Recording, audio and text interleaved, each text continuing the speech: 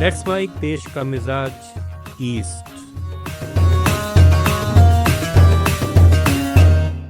Let's mic देश का मिजाज और खबरें पूर्वी भारत से। आरजेडी नेता तेजस्वी यादव अब बिहार अधिकार यात्रा निकालेंगे। ये यात्रा 16 सितंबर को जहानाबाद से शुरू होकर 20 सितंबर को वैशाली में खत्म होगी। 5 दिन की इस यात्रा में तेजस्वी यादव कुल 10 जिलों का दौरा करेंगे। जहानाबाद, नालंदा, पटना, बेगूसराय, खगड़िया, मधेपुरा, सहरसा, सुपौल, समस्तीपुर और वैशाली। आरजेडी ने सभी नेताओं और कार्यकर्ताओं को निर्देश दिया है कि यात्रा के दौरान हर विधानसभा क्षेत्र में एक ही स्थान पर जनसंवाद का आयोजन किया जाए। माना जा रहा है कि तेजस्वी यादव विधानसभा चुनाव से पहले जनता से सीधा जुड़ाव मजबूत करना चाहते हैं। इधर शंकराचार्य अविमुक्तेश्वरानंद सरस्वती ने आगामी बिहार विधानसभा चुनाव में सभी 243 सीटों पर गौ सेवक निर्दलीय उम्मीदवार उतारने का ऐलान किया है। उन्होंने कहा कि चुनाव में गो संरक्षण और सनातन धर्म की रक्षा के लिए वोट दिया जाएगा। शंकराचार्य ने यह भी बताया कि 78-79 साल में कई आश्वासनों के बावजूद कोई भी पार्टी गोहत्या के खिलाफ प्रभावी कार्रवाई करने का वादा नहीं कर सकी है। वे बिहार में गो मतदाता संकल्प यात्रा भी निकालेंगे। बिहार के चुनाव से हम ये आरंभ करना चाहते हैं कि अब गौ माता के लिए वोट हम करेंगे, सनातन धर्मी, क्योंकि 78 साल 79 साल हो जाने के बाद भी बार बार आश्वासन, बार बार वचन देने के बाद भी अभी तक कोई पार्टी, कोई नेता गौ हत्या बंदी के लिए आगे नहीं आ रहा है। हमारा प्रत्याशी जब नॉमिनेशन फाइनल हो जाएगा सबका, तब उसी में से आपको पता चल जाएगा कि ये है। उसके पहले हम नाम बोलेंगे ही नहीं, बताएंगे 243 सीट, क्योंकि आप बता देंगे तो उसका नॉमिनेशन बचा नहीं रह पाएगा। हम जानते हैं 243 सीट पर हर सीट पर एक प्रत्याशी हमारा होगा।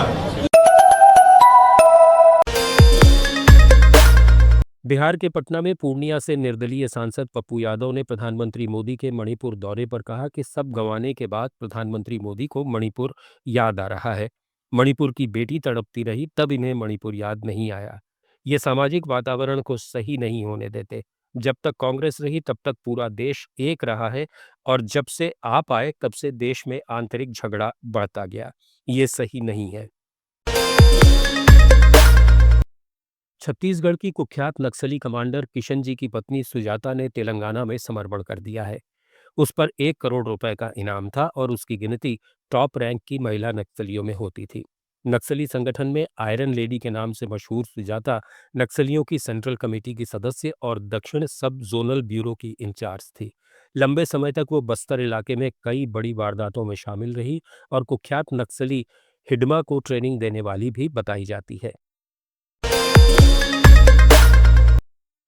पश्चिम बंगाल के बीजेपी नेता शुभेंदु अधिकारी ने बीरभूम और आसपास के जिलों में पत्थर की खदानों में होने वाले हादसों के लिए राज्य की ममता सरकार को जिम्मेदार ठहराया है। उन्होंने सोशल मीडिया पर दावा किया कि विस्फोटकों के दुरुपयोग की एनआईए जांच कर रही है, लेकिन उसे सहयोग नहीं मिलता। उन्होंने ये बयान बीरभूम के बहादुरपुर पत्थर खदान में हुए हादसे के बाद दिया, जहां पत्थर निकालते समय अचानक बड़ा हिस्सा ढहने से 6 मजदूरों की मौत हो गई और 5 गंभीर रूप से घायल हो गए। हादसे के वक्त 12 मजदूर खदान में थे। घायलों को रामपुर हाट मेडिकल कॉलेज में भर्ती कराया गया है। पश्चिम बंगाल की मुख्यमंत्री ममता बनर्जी ने नेपाल की अंतरिम प्रधानमंत्री सुशीला कार्की को बधाई दी है। कोलकाता में एक कार्यक्रम के दौरान उन्होंने कहा कि नेपाल और पश्चिम बंगाल के बीच गहरी दोस्ती है और ये रिश्ता आगे भी मजबूत रहेगा। ममता ने नेपाल में हाल के जेन जेड आंदोलन पर चिंता जताई थी, लेकिन अब उन्होंने अंतरिम सरकार के दौर में सहयोग की उम्मीद जताई है। 72 साल की सुशीला कार्की नेपाल की पहली महिला सुप्रीम कोर्ट मुख्य न्यायाधीश रह चुकी हैं और अब पहली महिला प्रधानमंत्री बनी हैं। आप सुन रहे थे let's mic more than radio. Follow कीजिए हमें हमारे सोशल मीडिया प्लेटफॉर्म्स पर। It's time for news. It's time for More Than Radio. Presenting the first radio news app, Let's Mic. Let's Mic, a news-based app on your phone where you get to watch and listen news, talk shows, interviews, radio show podcasts. On Let's Mic, you get all relevant information of TV, print, radio, podcast, and digital. Let's Mic talks about every